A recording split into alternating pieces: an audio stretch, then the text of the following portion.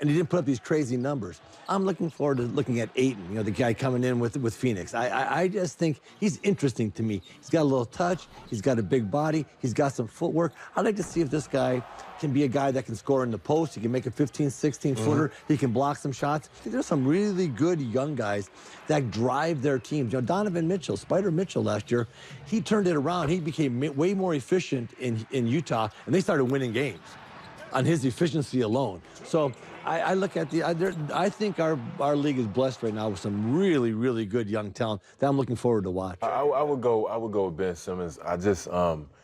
I like what Philly has. I like the way they play. I like their length on defense. I think they could be, if they wanted to, the best defensive team in the league. But that, they have to make a decision to want to do that. But him playing at the point guard, I think he's in an interesting position. He can take it a lot of different ways.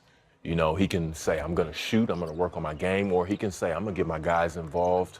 I'm going to be a great defensive player.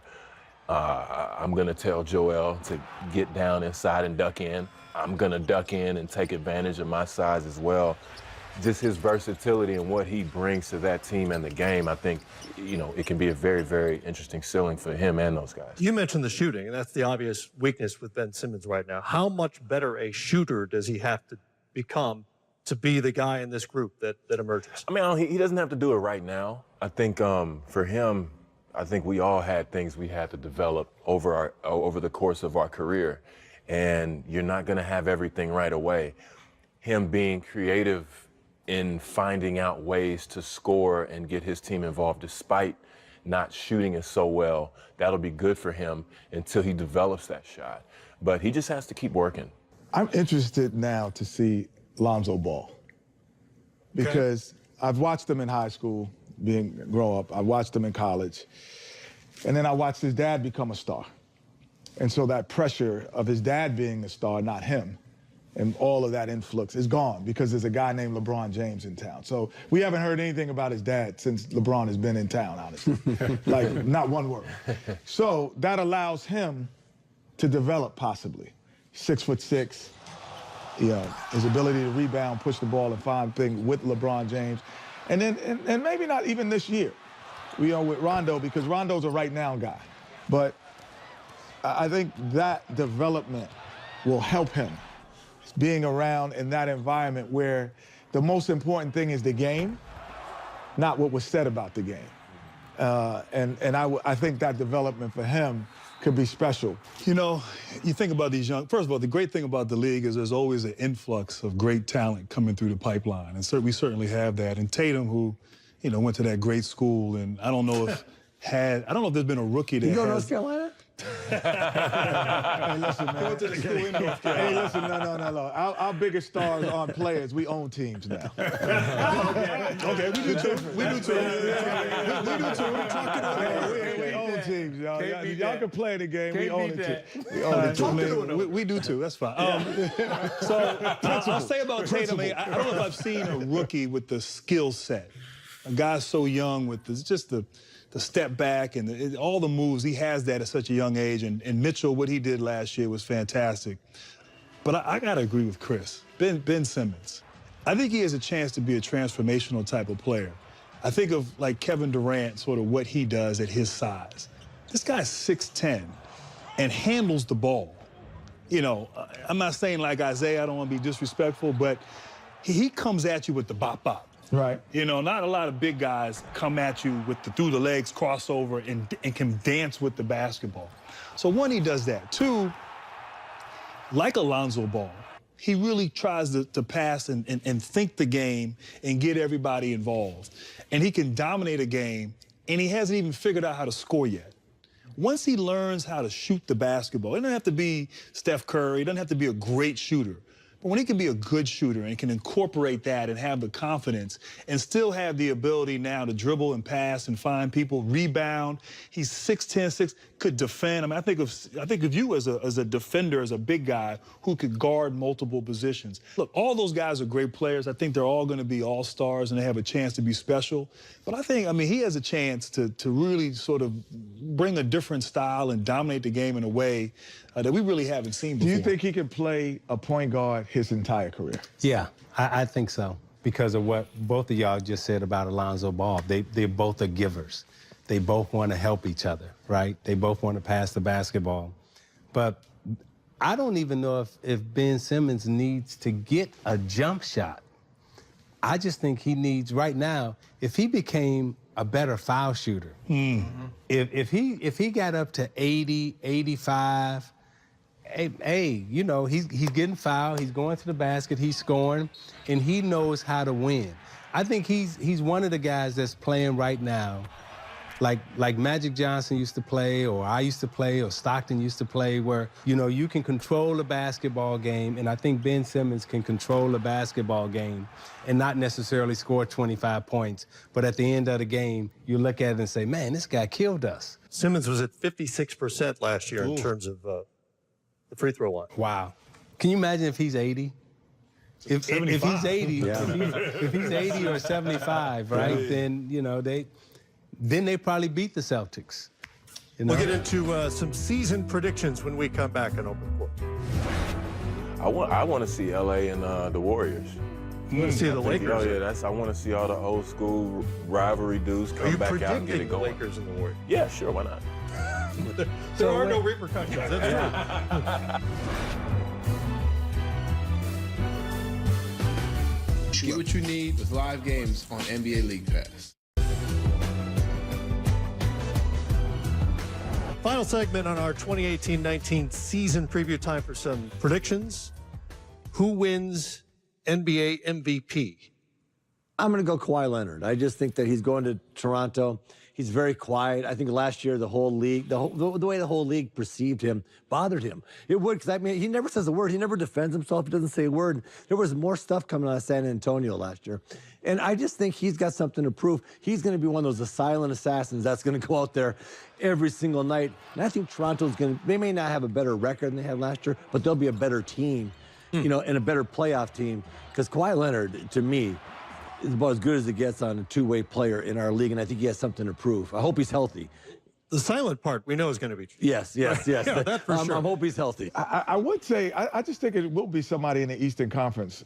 You know, I think between Harden, Westbrook, and LeBron, they will, and Anthony Davis, I think they kind of equal each other out. Because I don't know if any of those teams will be able to separate themselves because of Golden State as well. So I'm going to go with Kyrie Irving. Kyrie Irving. I'm going with Kyrie Irving. I'm going to echo. I got two. I think Kevin Durant, I'll start with Kevin Durant. I think he wants to establish that he's the best player in the league. Agreed. And I think he'll come out with a mindset this year to really establish that. I think he wanted to fit in with Golden State. But now I think he's ready to show, like, okay, I can get 30, 35 a night. And I think he's going to go for that 30, 35 a night. And then Kyrie in the East, like you say, I think he's going to be the most dominant player in the East, because when I look at the point guard position in the East, he's it every single Barbecue night. chicken. Yeah, I mean, it's like when I look at that little fella doing his stuff, and then I don't see nobody stepping up defensively to challenge him. So that's why I say Kyrie or Durant. Chris? Yeah, I was definitely going to go with Kyrie. I was thinking that as soon as you asked the question. He's got all the tools around him. He's in a great system. He's got a great coach. He, like Isaiah was saying, the depth at point guard in the East, no disrespect to everybody, but it is not as deep as the West Coast. So that allows him to be able to rest sometimes on defense. And with the development of the young guys with Brown and Tatum, them getting another year under their belt, being on their own without him, I think him taking that step back, he can kind of see where he can affect the game better. And I mean, he's unguardable. I agree with everyone here about Kyrie Irving and Kevin Durant, but I'm going to take a different approach. I think because, in Kyrie's case, the East is so weak and his team is so good that he won't have to be great every night for them to win. And I also think Kyrie's at an interesting point. I mean, first of all, he's had some durability issues. Missed last year. I thought last year he really felt like he had to prove. He wanted to prove that he could shine outside of LeBron James, away from his shadow. And I think he certainly did that and proved that. I think now he wants to win. And I think he realizes that I need to beat Golden State. And in order to beat Golden State, I need the guys around me to be at their best. So I wouldn't be surprised if his numbers aren't as gaudy as they could be. I also think Durant, they're so good. He doesn't have, I mean, he can average 35, but I don't know if he will. I don't know if he needs to. And so to say all that, I actually think, and I'm a little bit out on a limb on this, but I think I like Anthony Davis. And I don't think his team is going to be... on a limb. Just No, let you know. what I'm saying, I mean, no, when I say that, short limb. No, but the reason I say that is because his team is still unsure how good they'll be. But I think getting rid of Boogie Cousins, now he can really flourish like he did at the end of the season in the postseason. They'll miss Rondo. For sure. They will miss Rondo, and that's where I don't know, are they a playoff team? Are they a 6th seed? I just think almost like it's time. Like I feel like this guy has kind of quietly under the radar been so good. And if his team can be good, I know he's going to put up the numbers to be in that conversation. And I think Anthony Davis. That's the question, top five right? If every they don't year, make the playoffs, it's Right. It just doesn't happen. You don't win MVP Exactly. from. Well, I outside mean, the in his postseason. case, they've got to be third. They've got to have home court in the playoffs. I mean, They're, it's yeah, just- they're going to be a playoff Yeah. team. I'd be shocked if New Orleans doesn't make the playoffs. I I mean, think are he's that they an good. 8th seed or they? No, I honestly, I tell you what, I look at the West differently. I think New Orleans has got a chance to be, you know, get home court advantage. I really do. I mean, you know, a lot of these teams out there haven't proven to me, you know, no one here can sit here and say Oklahoma City's going to be this. We have no idea what they're going to be. No, it's hard to put what's Portland going to be? Are they? I mean, and I love him. I think that's a great pick. I mean, I love that for kid. sure. I love the way they play. They got rid of Boogie and they started getting up and down the floor. I tell you what, some dudes I never heard of were getting off. I'm like, who's that dude? Like, you know, you're on the internet punching them up, going like, damn, that guy came out of nowhere because just the way they played, you know. And so that I like. But I good also pick. think Yeah. it was a lot because of Rondo. They were playing that They'll way miss too. Rondo. They'll miss Rondo. No question. Chris, conference finalists, East and West. East and West, I'm gonna go with. I mean, East, I'm gonna go with Boston, Philly. I mean, West, you got to go with Houston, and you know what? I'd rather see. You don't want to see. No disrespect to Houston, I know how guys get sometimes when you leave them out, but I want to see LA and the Warriors. You want to see the Lakers? Oh yeah, I want to see all the old school rivalry dudes Are you come back out and get predicting it the going. Lakers and the Warriors? Yeah, sure, why not? There are no repercussions. That's true. So how do guys get? You know better than me. You know how that rivalry. You know, come on. You know the rivalry runs deep, and especially West Coast basketball. Let's be frank. You know, there's some old school Warriors fans from the Run TMC days back in the 80s and 90s, and there's some Showtime Lakers fans from the 80s and 90s from back in the day as well. They're still there. There's still that rivalry there, and that's one of the things that we're missing, I think, in basketball right now. It's just two teams that just don't like each other, that go out there and compete. You know what it is when they hit the court. Zeke, conference finalists. In the East, I got Philly, Boston, throwback. In the West, I got Golden State and whoever shows up. Golden State, TBD. Yeah, to be determined. Whoever shows up. You know, in the Western Conference, I think you're going to see, of course, you know, Golden State, and I don't know if Houston's going to be as good as they were last year. I just don't know. It's easy to pick them, but I look and say, you know, can there be a new team coming up? Can a Denver? Can one of these teams just take that next step up? Can Oklahoma City finally kind of get it together and play 10 games in a row good? I think that Toronto and Boston will play in the East. I do. I just am such a believer in Kawhi if he's healthy. Just his impact he has on the game in his quiet way, just defending everybody. I'm just a big fan of his, and I just think he's going to explode this year with a big year. Kenny? As great as he was in San Antonio, it was still, man, that damn system's pretty good too.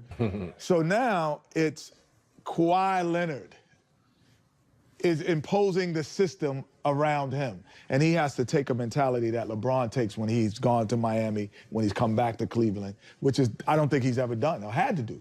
So I don't know if he's ready for that yet. So I can't give it to Toronto, and that's why I'm going to go Boston and Philadelphia in the East. Because Embiid and Ben Simmons, they know who they are. Yep. Right. There's no doubt those two guys know who they are. And Golden State and? And to be determined. I just don't know if Philly's ready yet. You know, I think we see the greatness in their young players, but they're still young. And I think there's still a lot of growing and maturing. And I think, you know, now they have to deal with expectations. You know, this time last year, we weren't talking about Philadelphia as a playoff team. And now we're putting them in the Eastern Conference Finals. I think Kawhi, in his quiet way, I don't care where you put him. I just feel like he's going to do what Kawhi does. But granted, And I don't mean they can win a championship. no, I'm saying. But I just think in terms of getting to the conference finals in a very weak Eastern Conference, I'd give Toronto the nudge over Philly. I assume none of you has changed your Warriors pick. No. Warriors. No. Well, then Wait, that'll anything happened in the last hour we don't know about? No. Okay, then we No, good. just then. checking. You never know. Nobody got traded. Nobody got hurt. All right, we good. No, I think we're good. Fellas, nice job. Appreciate it. And we'll look forward to the 18-19 season. That will do it for Open Court.